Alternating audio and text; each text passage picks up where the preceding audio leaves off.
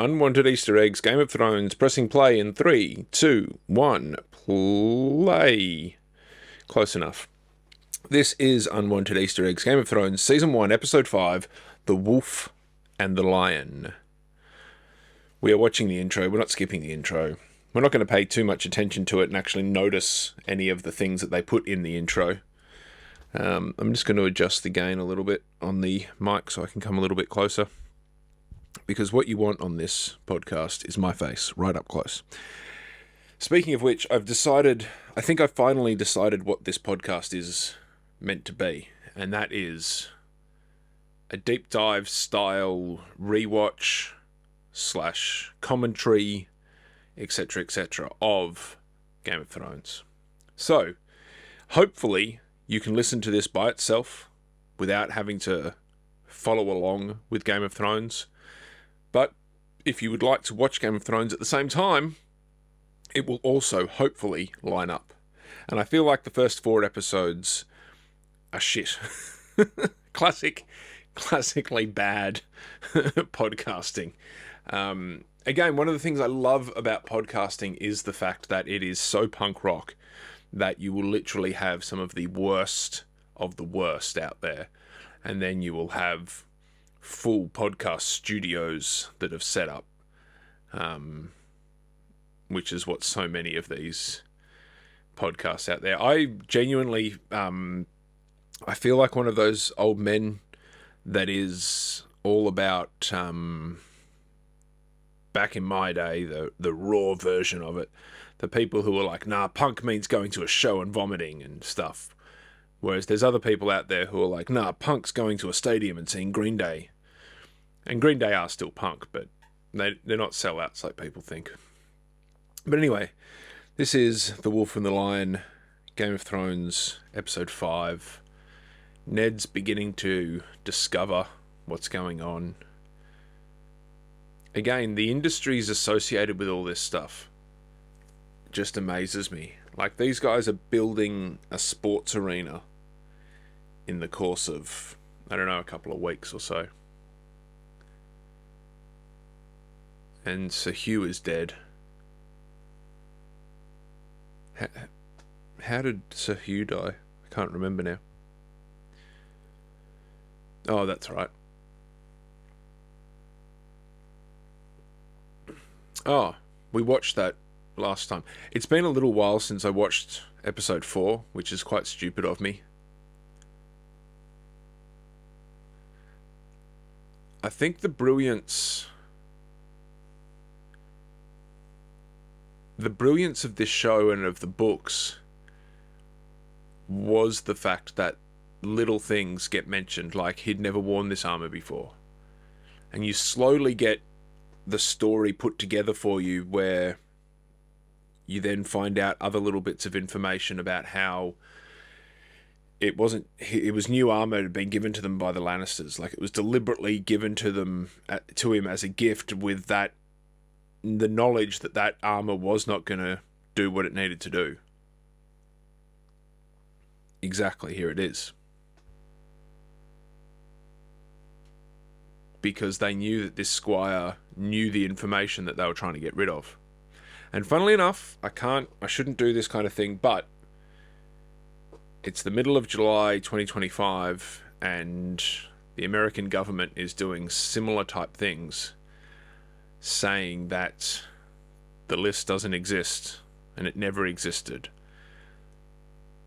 And it feels like the kind of lying and cheating that happens within any government. Again, this is part of the reason why I feel very much like my political leanings are anarchy, because I don't want rulers. Anarchy means without rulers, and this is a good example. Even though it's fictional, it's based on reality.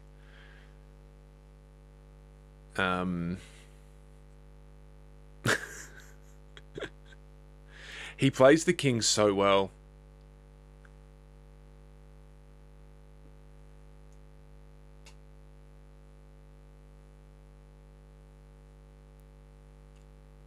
He he plays the king so well because you can imagine him being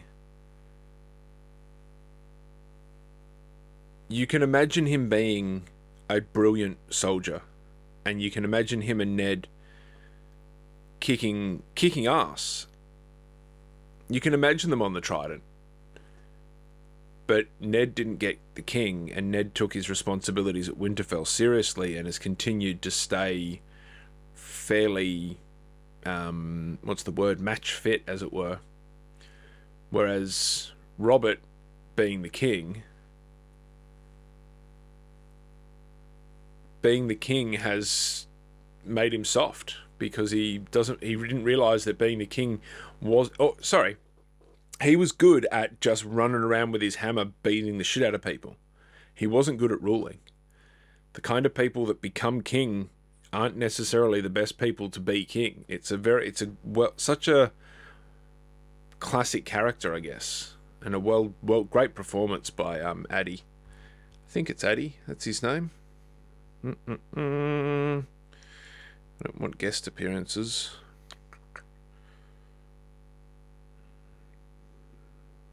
Yeah, I'm not finding it here. This was aired May 15th, 2011. So what's that? 15 years ago. Wow, 15 years ago.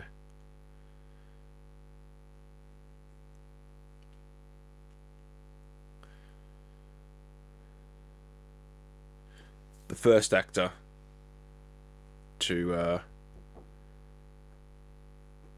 portray the Hound.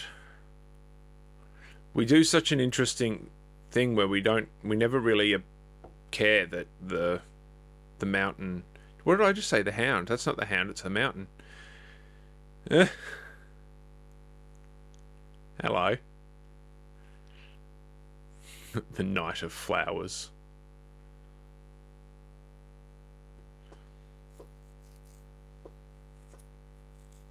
Very impressive. I don't know much about horse riding, but I feel like that's impressive that whoever it is riding that horse, they do a very good job of showing that the horse is riled up.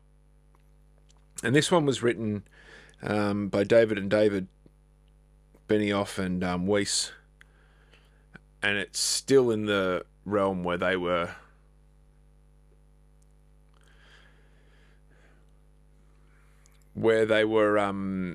just taking the books.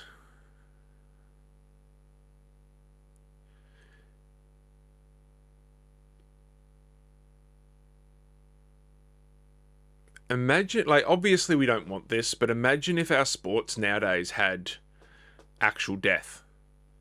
Imagine if boxing and MMA was to the death. Imagine if even football. Imagine if there was just like, oh, it doesn't matter. Oof.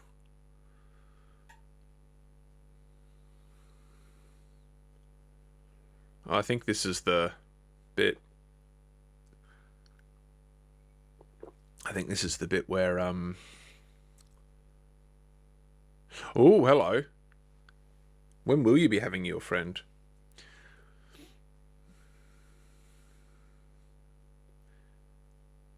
He's so smug.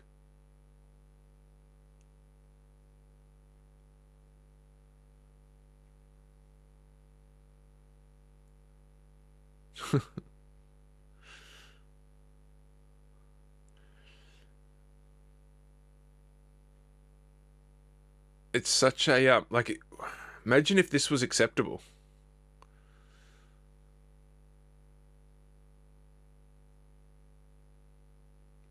Like, that's...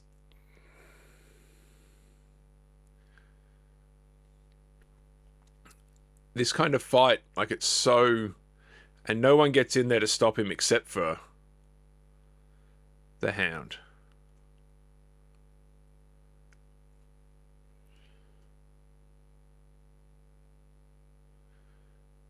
And what could you do? Could you stop the Hound in the mountain fighting?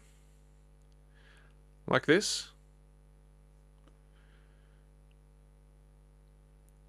Obviously,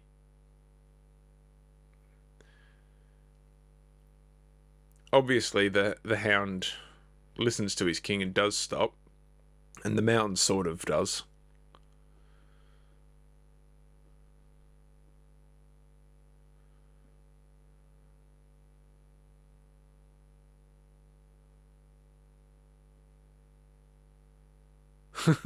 And it becomes this noble, or someone's.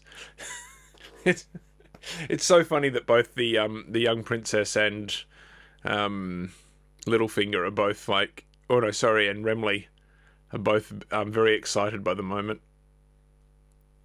Anyway, yeah, David and David wrote this one, and it was back when they had the books to still base it on. Meanwhile, on the road,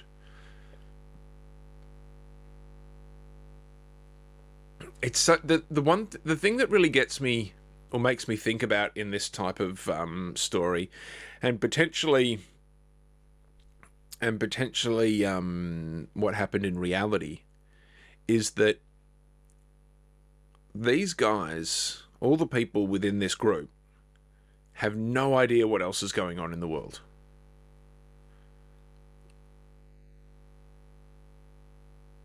They are traveling to wherever they're going to travel to. I think they're going to her sister in the Eyrie, Lysa. They're going to Lysa in the Eyrie, and no one else knows where they're going, what they're doing. Ned is completely unaware of what his wife's up to.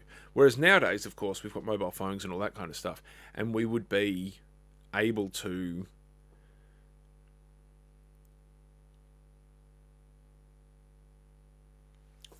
we would now be able to send messages and emails and letters even.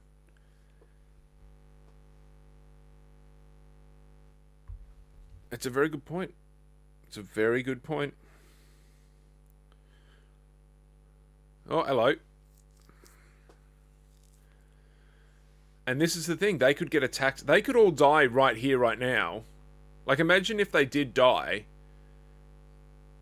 If all these, the sellswords and stuff were not as good as they are at protecting the group. And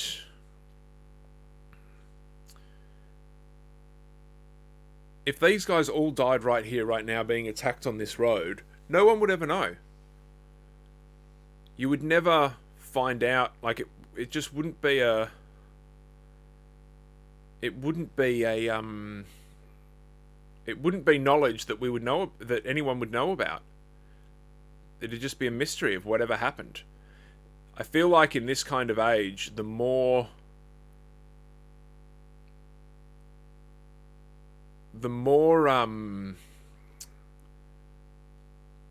there would be so much more mystery about what happened to people. And like even these marauder people, let's say they go to... They've all got families, I would assume. None of those family people know what happened to them. They just know that they went off and they died. It's, to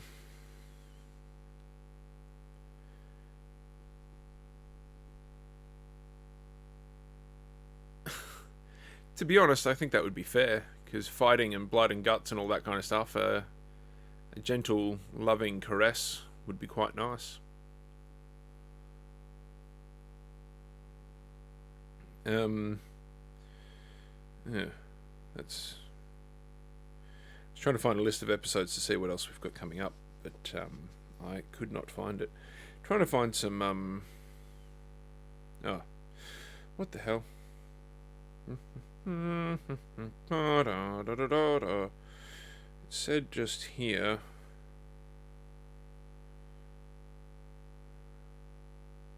So it's hitting the halfway mark, so we'll say that there's 10 episodes.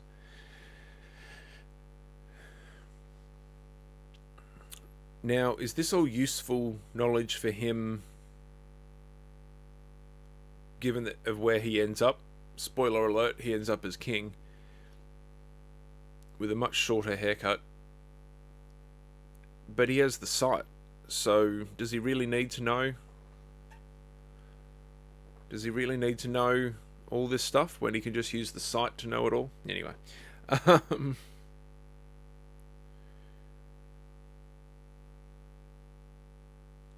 So apparently this was the viewership was increased in this one.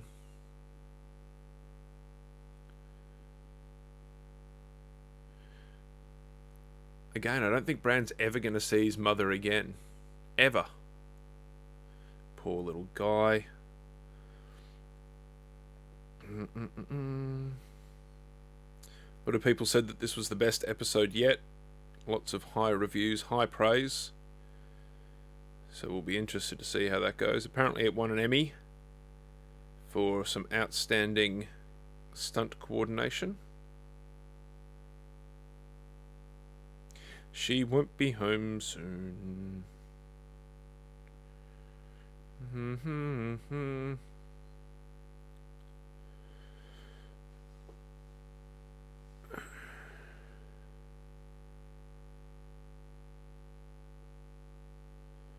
So it's a good point. The books are written, as I'm sure we know, from certain perspectives of people.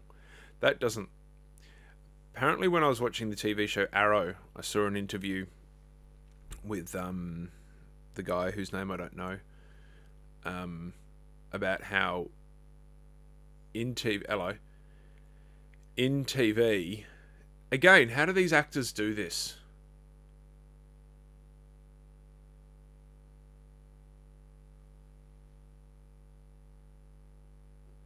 And see, this is the bit that gets me, is they're thrusting into each other, so they're acting and bouncing on each other, and sure, they're adults, they know what's going on. But he clearly wasn't in her and then came out of her. You know what I mean? Like, there's just that little bit of not feeling quite real where they decouple, as it were. I've never been with a prostitute. But do they go and redo their makeup directly afterwards?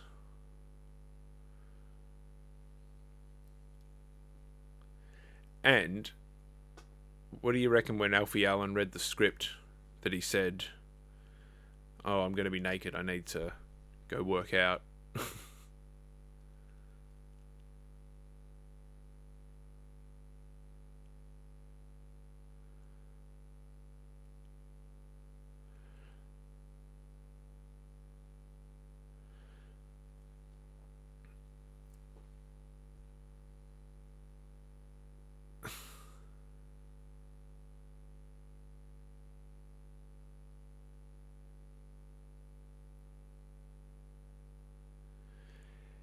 He,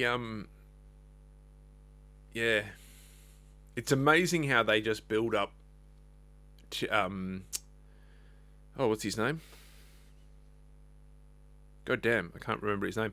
But they build him up so much to be a, despicable character. And then to have him, when he turns into Reek, to become such a, you turn on him so much. You feel so bad for him.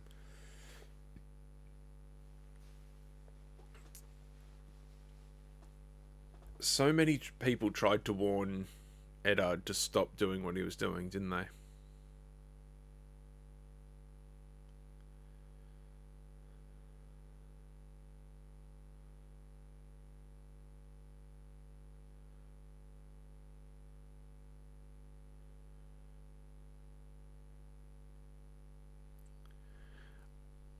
I feel like Varys is one of the most appropriate, or sorry, the most self-aware character.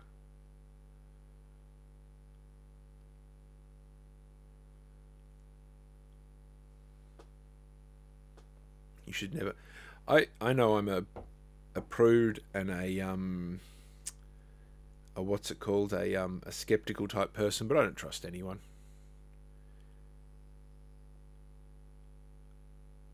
I think I'd be similar to Varys in this kind of world. I would just constantly be questioning people and not trusting them and not believing them and not wanting to take their word or whatever.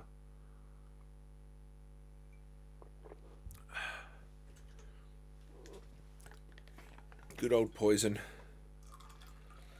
Very interesting. Here in Australia and even in Victoria, we've recently had the mushroom murder case where a woman seemingly deliberately killed some members of her extended family by putting foraging mushrooms, and putting them into her a meal. And it's that interesting thing of, if you knew some of these plants and some of this plant knowledge back in the day, you could have just killed people left, right, and centre. Even how they talk about milk of the poppy, which is effectively heroin, isn't it? Started asking questions. Don't ask questions. And the fact that, behind Eddard in that scene... Oh, jeez. Burpees. Behind Eddard in that scene is a poisonous psychedelic as well, which is interesting. Angel's Trumpet Datura? Something like that.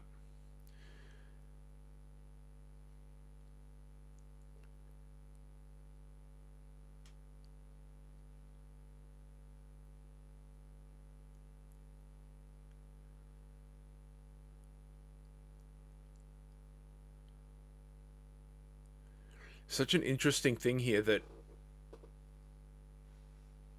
these guys are like the lower rung of the families, and they're just watching and talking about the families trying to kill each other off, pretty much. It again really reminds me of politics, and especially at the moment, the American politics seems to be so in the forefront, especially at my social media feeds. I don't know about yours. And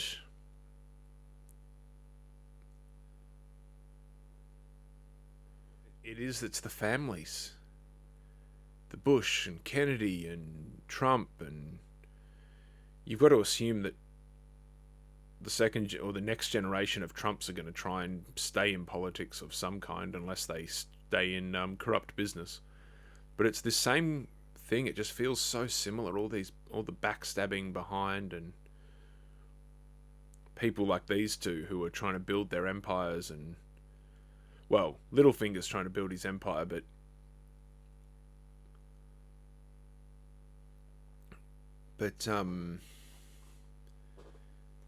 he's just trying to serve the realm, as he always says.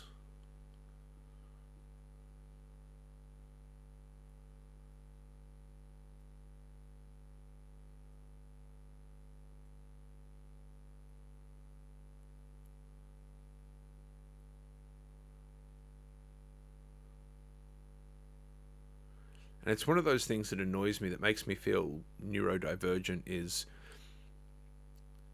how much like in the world is this similar, in that everyone knows but everyone keeps it quiet.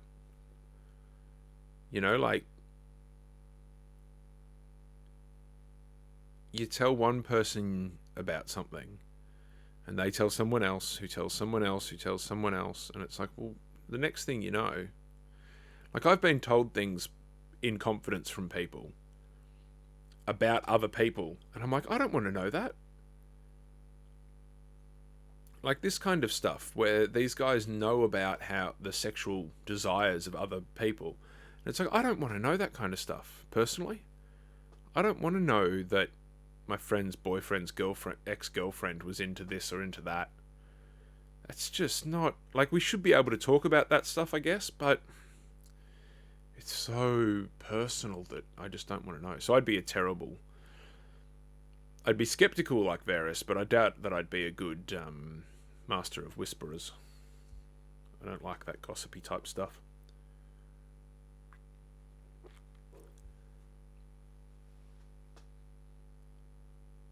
Oh.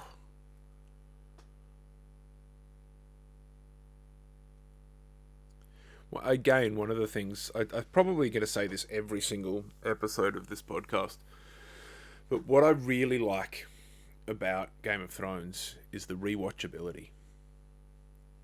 They've done such a great job not knowing exactly where it goes and what happens, even though, in theory, George did tell D&D what was going to happen. but they do such a good job of putting their characters' intent into the things they say. A really good example is Alan Rickman in Harry Potter, and how Joanne told Alan the meaning behind always early on, and said anything about his character he knows more than you guys know. He is allowed to have final say on the way he delivers things and stuff like that. So, especially in that first scene when the first interactions between Harry and Snape, when you go and re-watch it, you can almost see that Alan Rickman is playing it for both sides. He's playing I've got to pretend to look like I hate you, but in actual fact I'm like, holy shit, he does have the Lily's eyes. And then even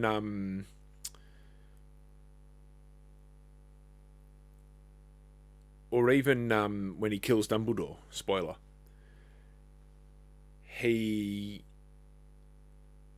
when he does it, and when you watch it in the first film of it, where the scene's shown, when it actually happens, Half-Blood Prince, I think it is, you actually see it in his face that he means both feelings. This scene with the two guards is reworked for the final season.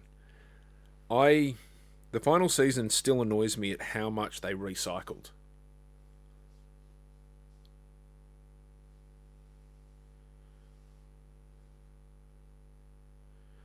Why would you not believe her? I don't know. It's that thing of not believing kids.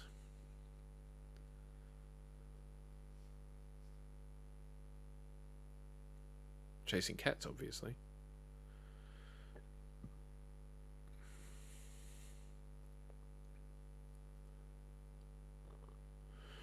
If only he'd listened to her, I guess. But he has that noble thing of, I have to do what's right, doesn't he?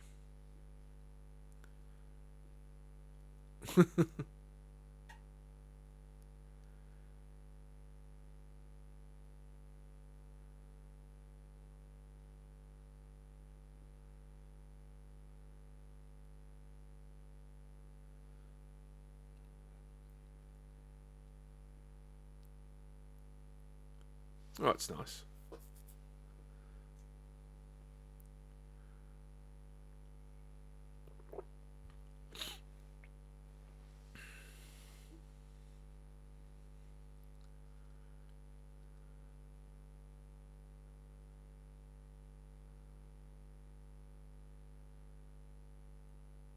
Again, it's this kind of stuff of best said in private. I understand it. Like, there are certain things I would prefer to say in private and stuff.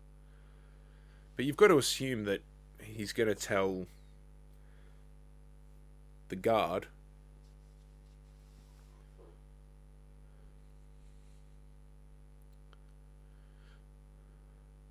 what kind of pay do the guards get?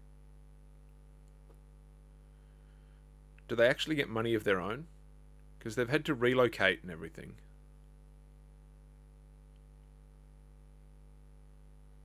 She's taken the imp.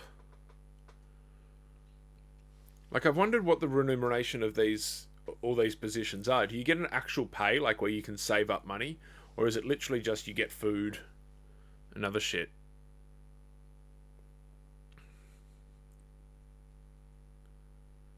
Night of the Veil.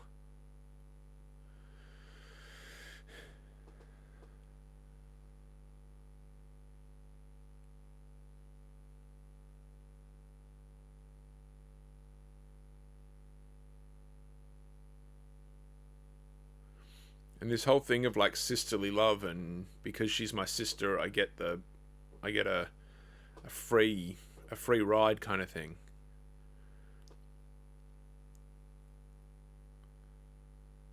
Like, if you didn't speak to your sister for 10 years, except for a few letters. And the other thing that I was thinking just the other day, Well, it's such a good castle, really, when you think about it.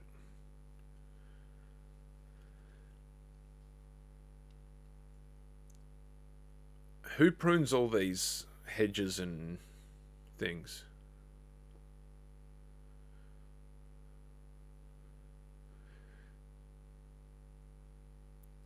Oh, that Daenerys. The whore is pregnant.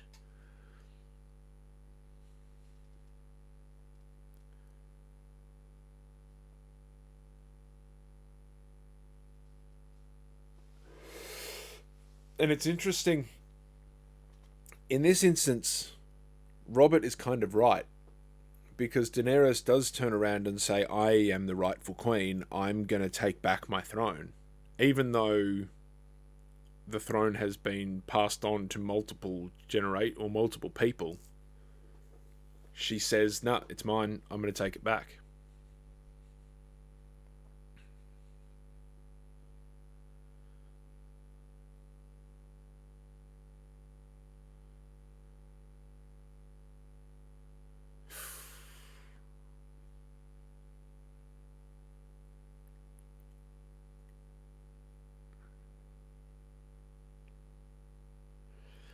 I I'm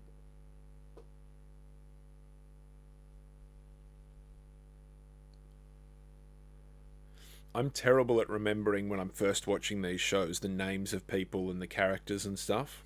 I need it slapped over my head.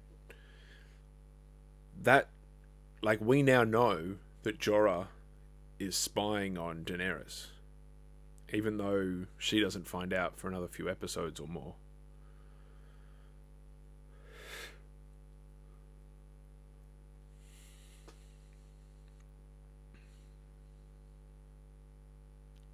He is honourable, and you want to be Ned. You want to be like that. You want to be like, no, no, no. You broke the rules. That's it. You're not allowed anymore. But that rarely happens in life, does it?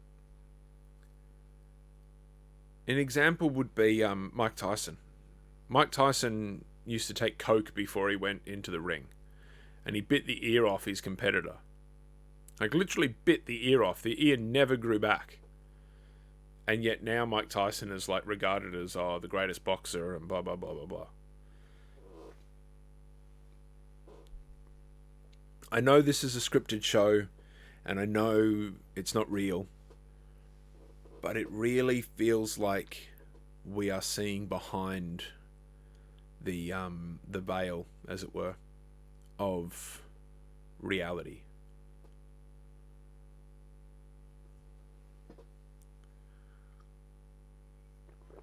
Power corrupts abs. Power makes you fat and lazy, and nice guys don't win. But again, he's kind of right, because she does eventually come back, and even though his family is pretty much gone by the time she eventually lands back on the soil,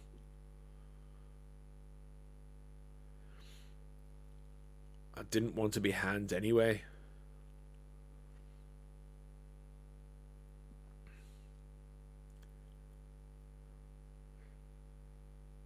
And dare I say it, Ned. I mean, Ned is the exact man that Robert needs.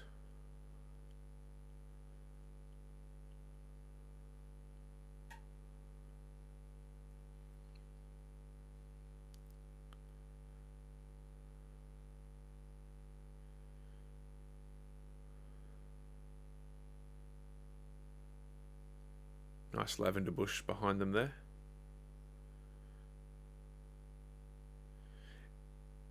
It's unfortunate.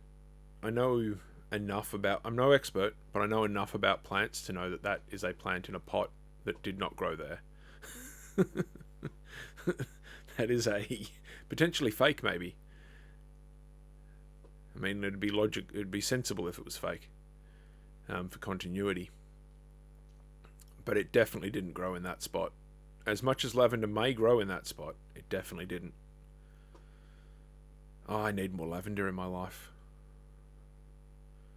Such a great plant to plant as a little hedge or a little row next to some stuff, and have it around the house. Because when you prune it once a year, and you prune it back as hard as you can.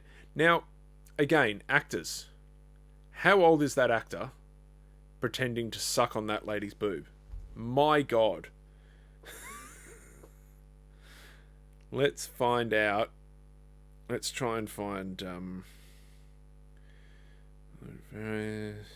Lisa Aaron.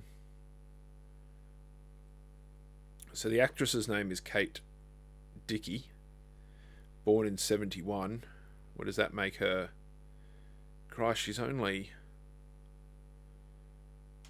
10 years older than me. So she's 54-ish.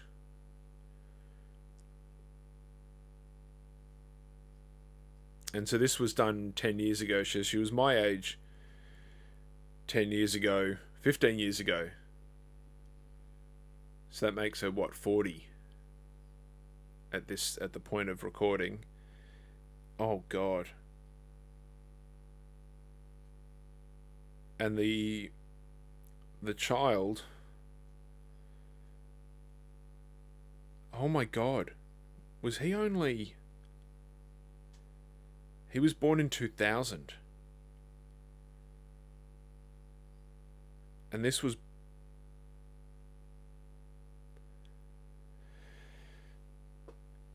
Oh, Jesus. So, at the point of the recording of... At the point of broadcast of this show, he was 11. And she was 40. And he just...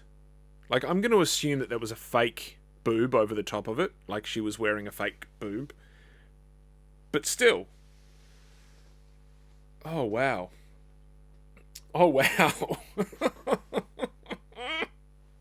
Again, I'm a prude. I know it's just acting, but oh wow, that's what a thing to do at the age of 11 or 10 or 11. Like, I understand acting and like, okay, now we're going to pretend that your mum's dead and you want to be sad. Yep, I can do that. Yep, that's no problem. I've got no problem with that. But do we really need a 10 or 11-year-old to pretend to suckle on a 40-year-old's boob? Hollywood, eh? I mean, that's not the worst thing Hollywood's done, but... only if I slip.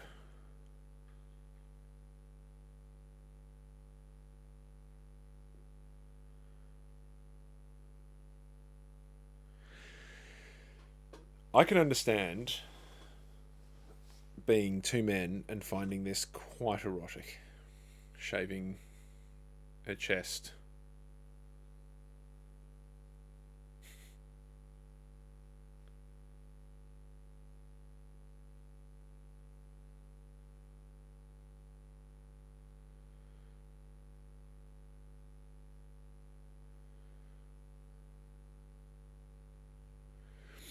Okay, so I'm a big fan of shaving with a straight razor.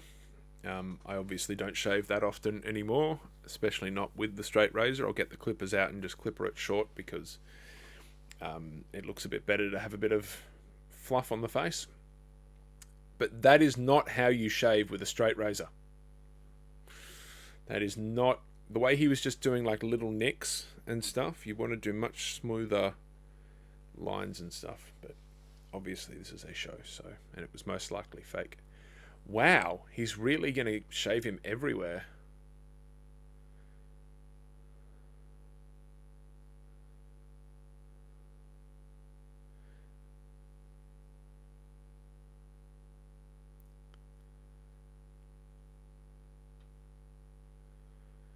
Not sure how you would... That was a better stroke with the blade. I'm not sure what you would be the best way to shave an underarm with a razor.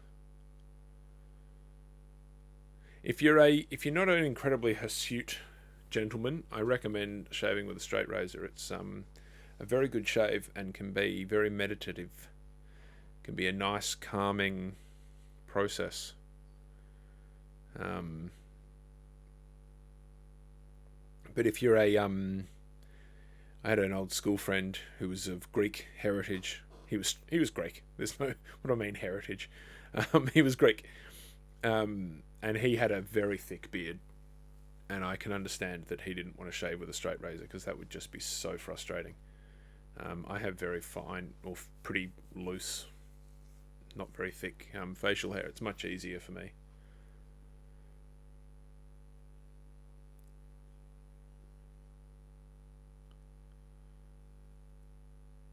It's interesting that we haven't seen. Oh, you cut me.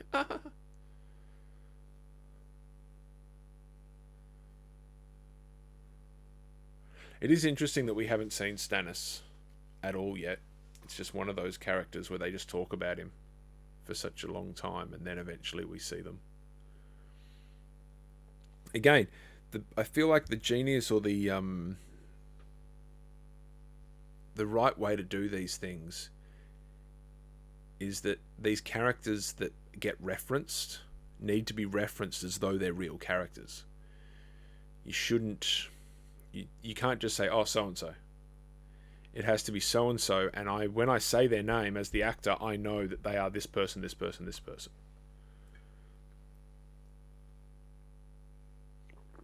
Is he going to shave his pubes at some point? And more importantly, a little bit too much information, but shaving the sack with a straight razor, wow, that's risky. Very risky.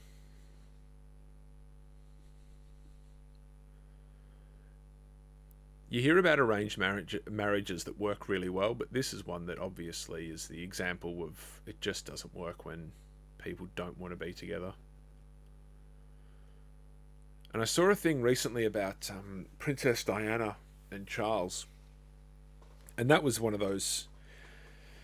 I mean, I feel like that's one of the most recent high-profile arranged forced marriages, where the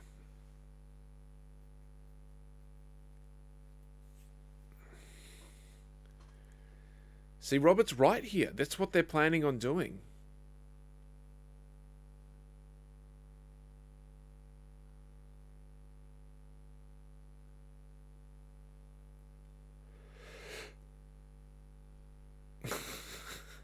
So true.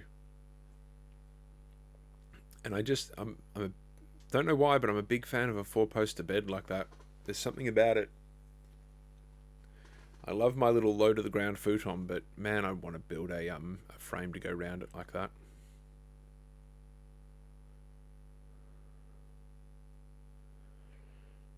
I like the idea of hanging baskets with plants, as well as robes and not robes, curtains, effectively.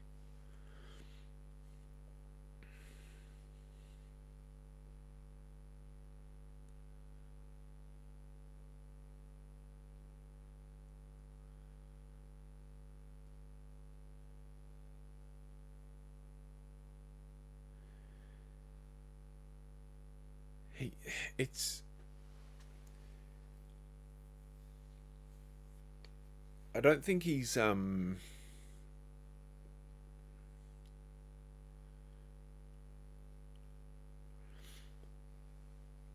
wrong. He's just not wrong.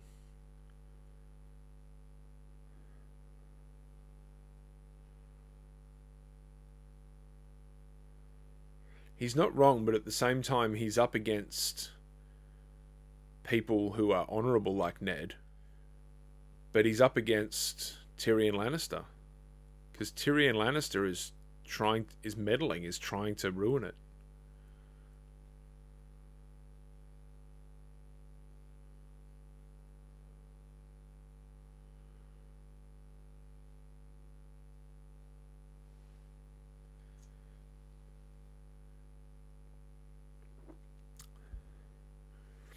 He's right. He's right.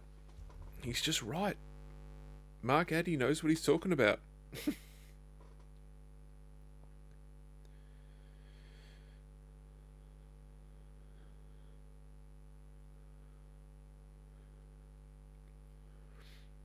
I like the idea that at some point they got drunk and had a few laughs.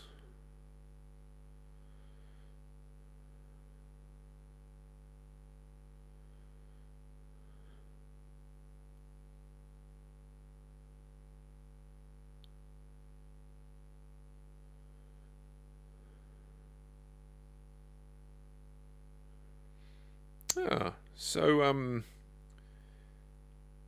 Meteora. Meteoria? Yeah, Meteora was used as composite shots for the Veil, and you can see it here. There's an image on the Wikipedia page.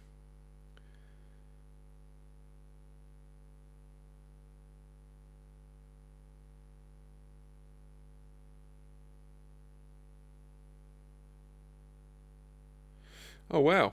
So this episode is dedicated to the memory of Caroline Louise Benoist, a 26-year-old animal trainer who had been working on the production for 6 months, mainly training the dogs that doubled as the series' direwolves. She fell ill at her home on the 18th of December 2010, a few days after filming had finished, and died on the 29th of December from swine flu. That's terrible. Fell ill on the 18th of December, and then over Christmas was probably getting worse, and then died on the 29th of December. That's, what is that? That's 10 days. 11 days.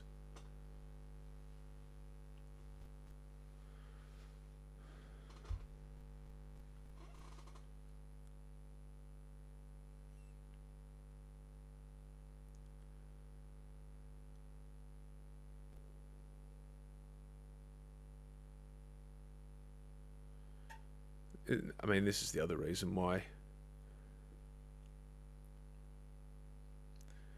The other reason why Robert is so dead behind the eyes and drinks and gets fat is because he's heartbroken.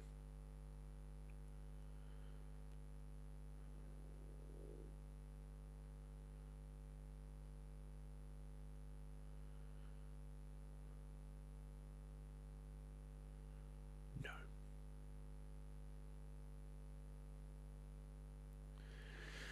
Cersei knows that it's a...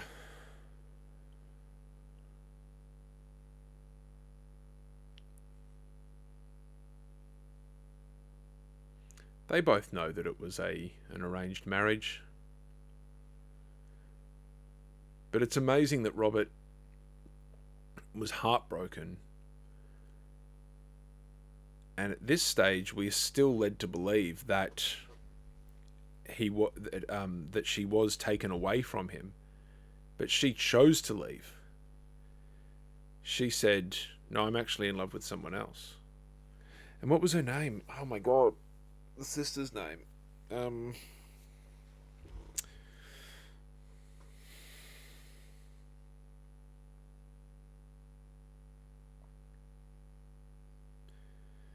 I don't want no jewels nor nothing. It's this poor woman. Oh. This poor woman thinking that she's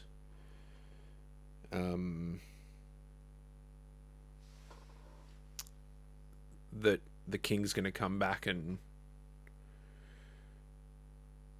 Lyanna Stark is the name.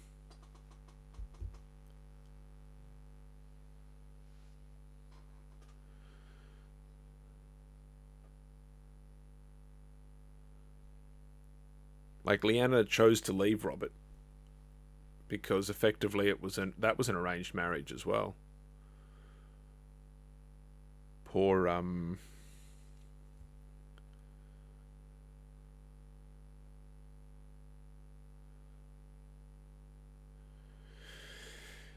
does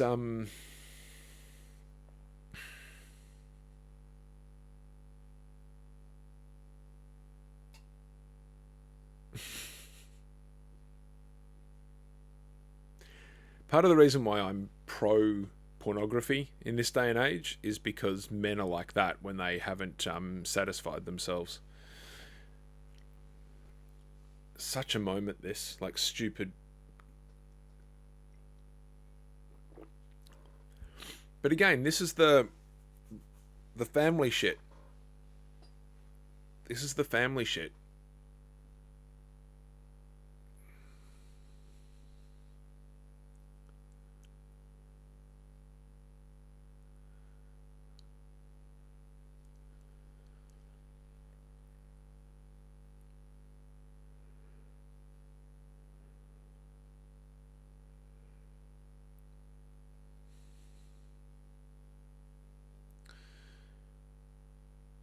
Interesting.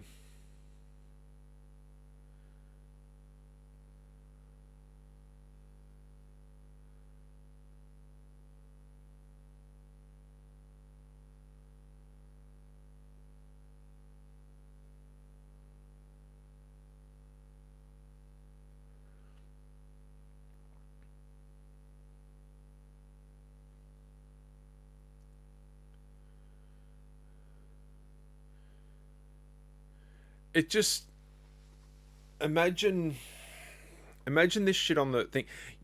If this was happening with quote unquote noble families, but oligarch families, oh,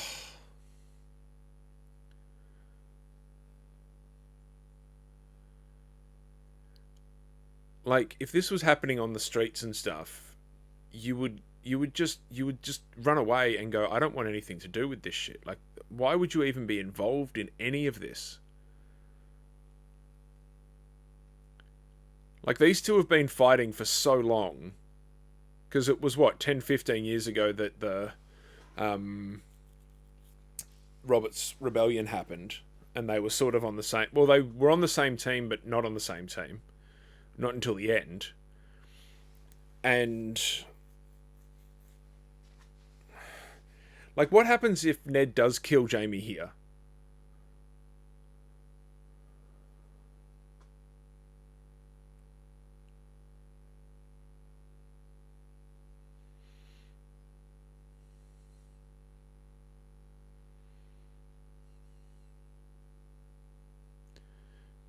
He kills him, doesn't he? Oh no, he just knocks him out.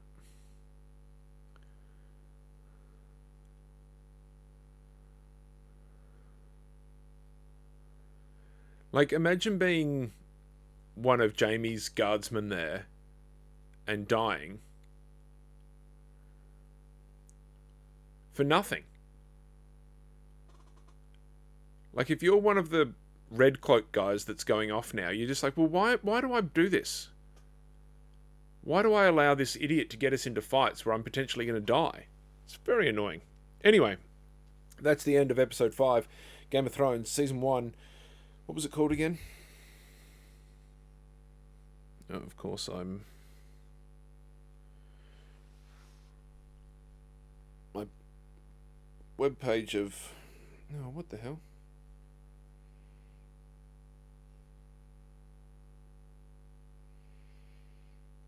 Dun, dun, dun. We'll get there eventually. The Wolf and the Lion is what it was called. Next episode is A Golden Crown, which I think I remember what that refers to. But anyway, thank you very much for listening, watching, whatever you're doing. Give me some message in the comments and send me an email, that kind of stuff. Tell me what you think. And I will see you on the next episode of Unwanted Easter Eggs. Bye!